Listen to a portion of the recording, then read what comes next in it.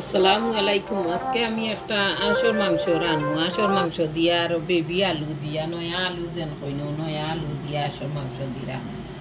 এখন আমি দিলাইছি তেল, সাদা তেল দিলাইছি আন্ডি।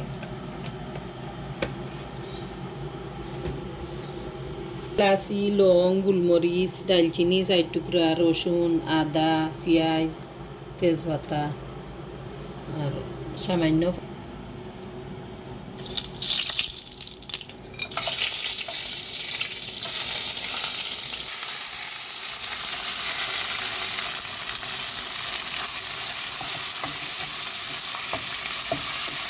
আঁশর মাংস আমার আগে বানাইলে ফ্রিজে রাখা আছে। লবণ দিলাম আমি পরিমাণ মতো, আর আঁশর মাংস দিয়ে আরও তবে বাজিয়া রাখতে দিচ্ছি আগে ভেজি আলু দিয়ে রাঁধি। ওটা মশলা দিয়ে একবারে আঁশর মাংস বাড়ি দিই, এখানে না একটা ওদেশের আঁশর মাংস একটু নরম আছে।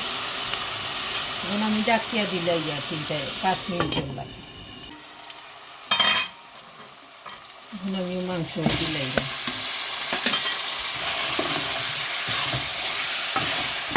মশলাও দিলাই, আধা চামচ মরচর গুঁড়া দিলাম, 1 চামচ বাঁশের গুঁড়া, 1 চামচ হলদির গুঁড়া, 1 চামচ জিরার গুঁড়া, আধা চামচ গরম মশলা এন্ডে দিয়ে দিন। এখন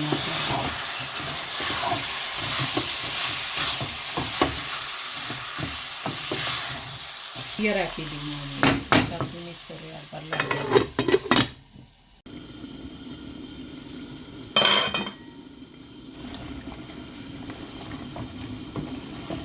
দিচ্ছি। এখন আমি আর সবজিটা কাঁচামরিচ 3টা,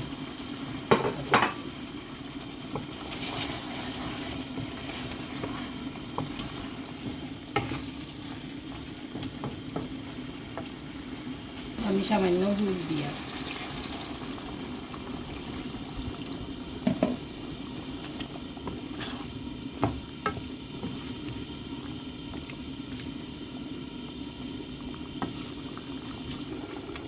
আমি জিরার গুঁড়া দিছি না বা গরম মশলার গুঁড়া দিছি না, এখন বাজা গরম মশলার গুঁড়া দিয়া একটা হ্যান্ডমেড নিজের হাতে বানাইছি।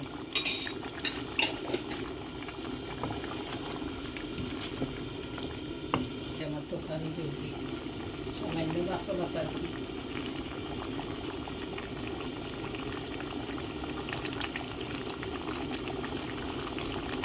এখন আমি ডাকিয়া দিলে 2-3 মিনিট জাল ভাজিলে রেডি হয়ে গেছে কি আমার তরকারি।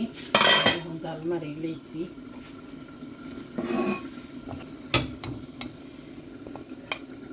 রেডি হয়ে গেছে কি আমার নয়া আলু দিয়ে আঁশর মাংস দিয়ে। ওলা আপনারা রান্ধিয়া খাইবা, লাইক শেয়ার করবা। নয়া আলু দিয়ে আঁশর মাংস আলাদা টেস্টও আছে।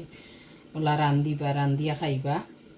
আর আমার চ্যানেল সাবস্ক্রাইব করবা, যারা সাবস্ক্রাইব করছেন না প্লিজ সাবস্ক্রাইব করবা।